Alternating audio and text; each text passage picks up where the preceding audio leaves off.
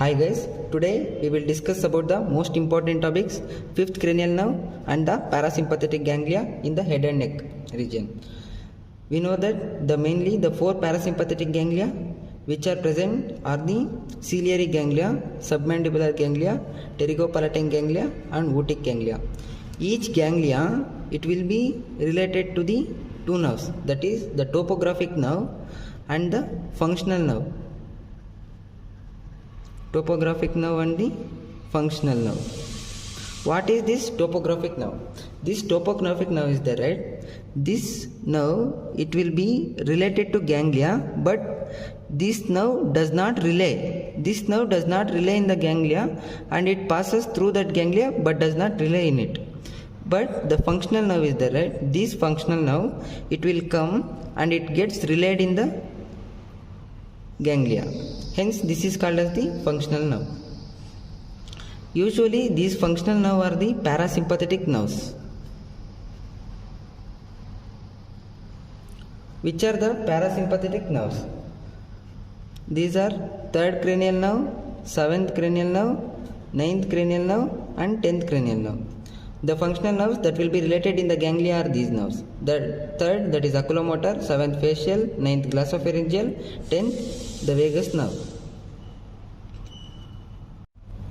All these parasympathetic ganglia, they are topographically related to the fifth cranial nerve, that is trigeminal nerve. Hence, understanding of this fifth cranial nerve is very much important before understanding of these parasympathetic ganglia. One more important thing is that these topographic nerves are there, right? The topographic nerves, they carry the postganglionic parasympathetic fibers. They help in carrying these postganglionic parasympathetic fibers which have relayed in this ganglia. And now we will learn about the fifth cranial nerve. Fifth cranial nerve, it is having three main branches. That is the ophthalmic nerve, the maxillary nerve, and the mandibular nerve. Usually these two are sensory nerves, and this mandibular nerve has both sensory and motor roots. Now we will learn about the ophthalmic nerve, maxillary nerve and mandibular nerve in detail. This is the detailed explanation of the branches of this trigeminal nerve. This trigeminal nerve, it is also called as this trigeminal nerve, it is the fifth cranial nerve, and this is the trigeminal ganglia, which is also called as the Gesserian's ganglia. And in this Gesserian's ganglia or the trigeminal ganglia, it lies in the region called as the Meckel's cave, which is formed by the folding of the dura mater. And the main branches are the ophthalmic branch, the maxillary branch and mandibular branch. It represents the first branch of the fifth cranial nerve, that is ophthalmic, second branch of the fifth cranial nerve, that is maxillary, third branch of the fifth cranial nerve, that is mandibular nerve. Now we will learn the detailed course and the branches of the ophthalmic nerve. This is the ophthalmic root and this is the ophthalmic nerve. This ophthalmic nerve, before entering this superior orbital fissure, it will divide into three branches, that is the frontal nerve, the nasociliary nerve and the lacrimal nerve. These are the three branches of the ophthalmic nerve. After division, it enters into the superior orbital fissure and then enter into the orbital cavity. And now this frontal nerve, it continues and it gets divided into supratrochlear nerve and supraorbital nerves. And this nasociliary nerve, it continues and gives branches called as posterior ethmoidal nerve and anterior ethmoidal nerve, and it continues as the infratrochlear nerve. This nasociliary nerve, it is topographically related with the ciliary ganglia. This is the ciliary ganglia.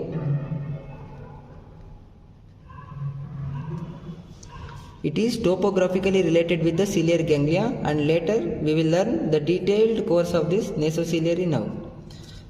and this is the lacrimal branch of this ophthalmic nerve, which will continue, and it is supplying the lacrimal glands, and it is also gives a branch which supplies the upper part of the eyelid. Now we will learn about the detailed course of the ophthalmic nerve. We know that the ophthalmic nerve has given three branches, right? Frontal, nasociliary and lacrimal. The frontal nerve, it usually lies in the superior border of the orbit, hence it is not visible in this diagram. Now we will learn about the nasociliary nerve and the lacrimal nerve.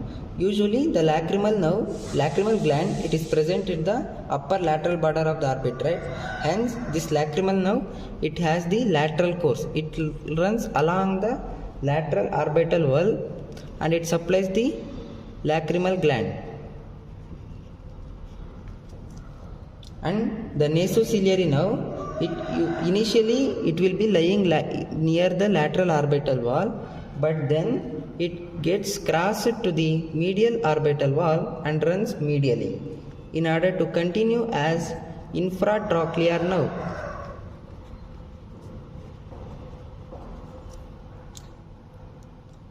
This nasociliary nerve, I have already told that it is topographically related to the ciliary ganglion, right?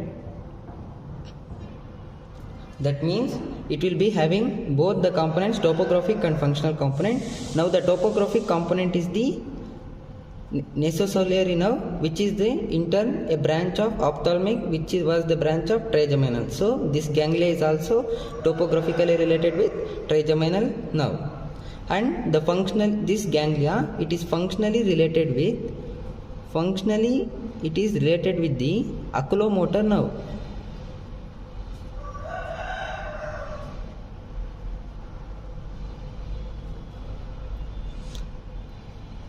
And we also know that this nasociliary nerve, it will give the anterior ethmoidal nerve branch and posterior ethmoidal nerve branch.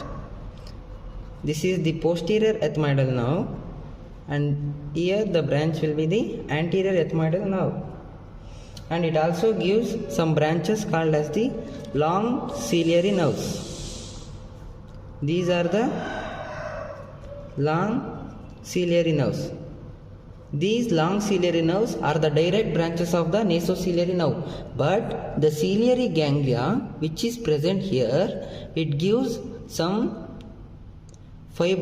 nerve fibers, which are called as the short ciliary nerves.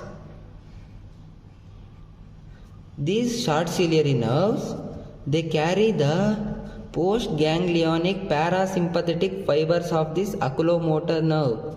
It will carry the postganglionic parasympathetic fibers and supplies the sphincter pupillae and ciliaris muscle, which helps in the dilation and constriction of the pupil. This is the detailed explanation of the nasociliary nerve. Next, we will learn about the maxillary nerve and mandibular nerve.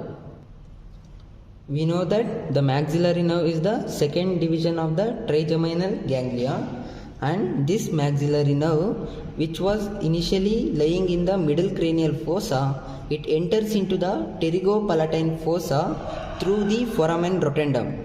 It's very important. This maxillary nerve, it passes through the foramen rotundum and it enters into the pterygopalatine fossa, where it will be topographically related with this pterygopalatine ganglia.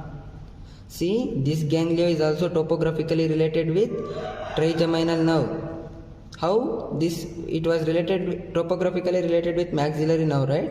It was the branch of trigeminal nerve, so it is topographically related with trigeminal nerve.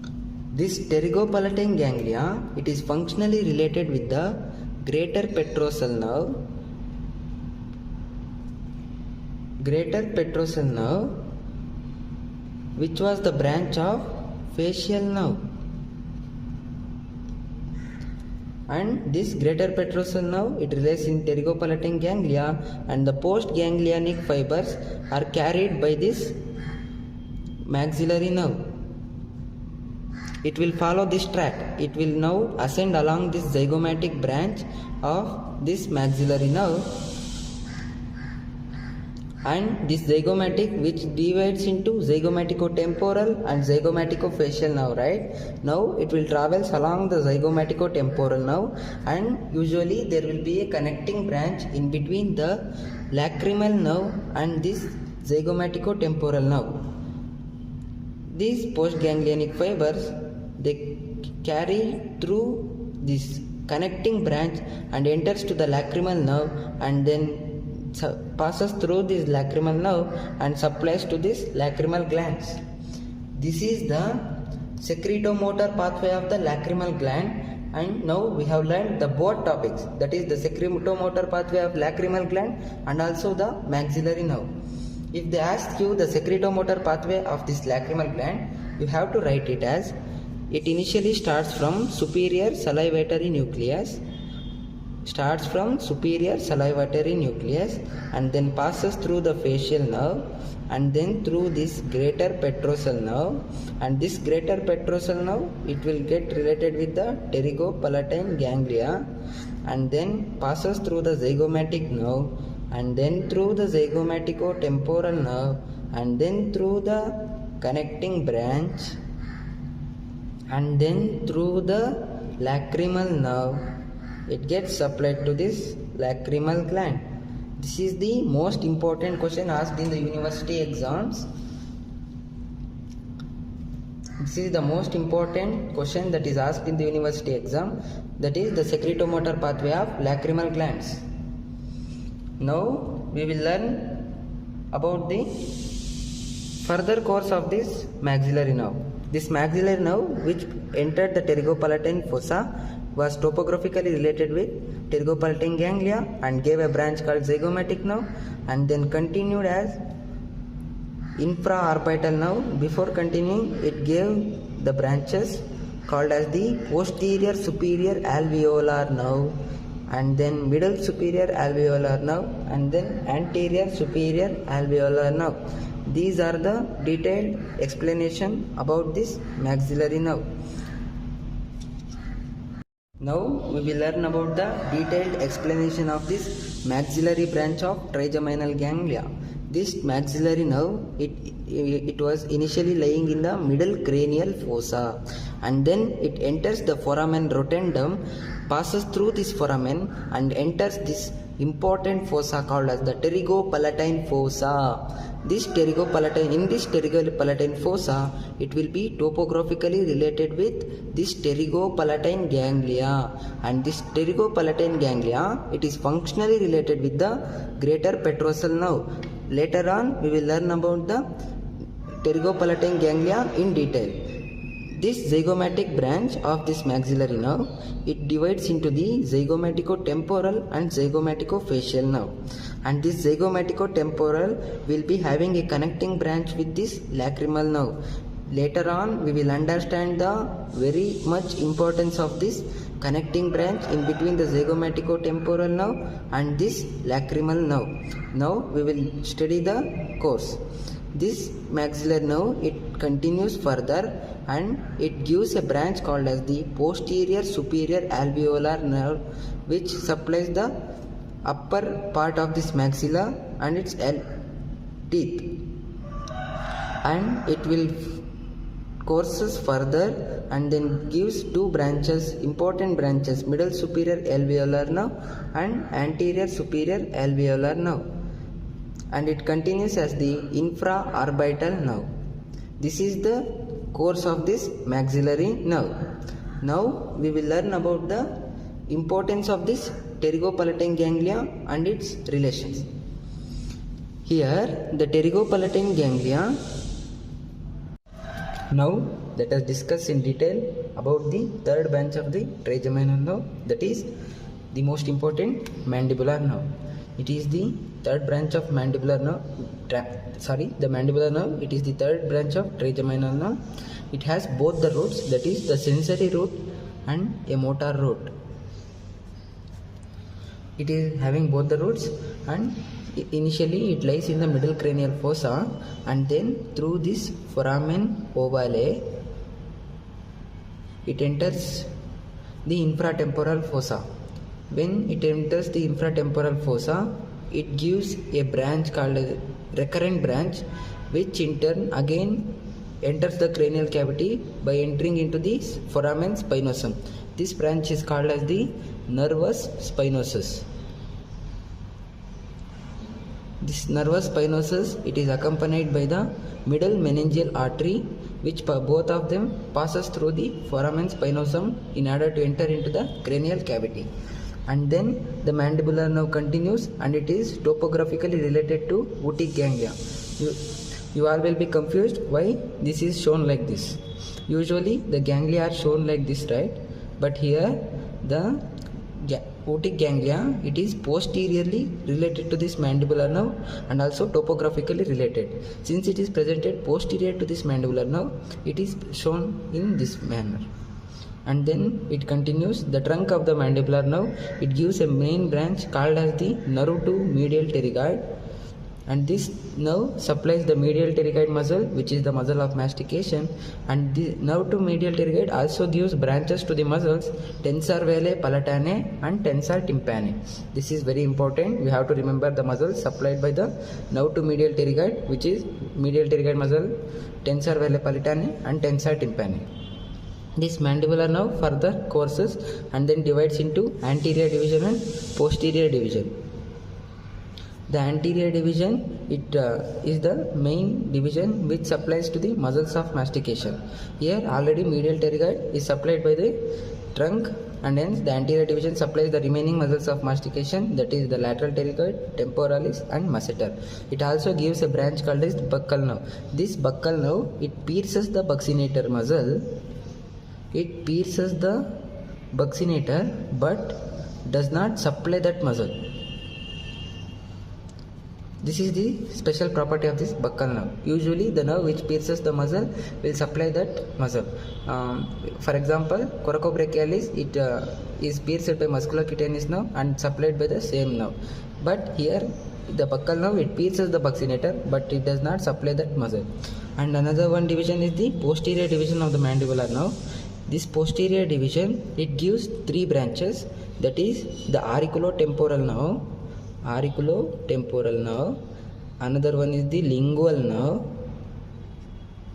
another one is the inferior alveolar nerve. This inferior alveolar nerve, it enters into the foramen which is present in the mandible and passes through the mandibular canal and then comes out as the submental nerves to supply the skin over chin. This passes along with the inferior alveolar vessels in the mandibular canal. And then this inferior alveolar nerve, before entering the mandibular foramen, it gives another branch called as the nerve to mylohyoid. This nerve to mylohyoid, it supplies not only the mylohyoid muscle, it also supplies the anterior belly of digastric muscle.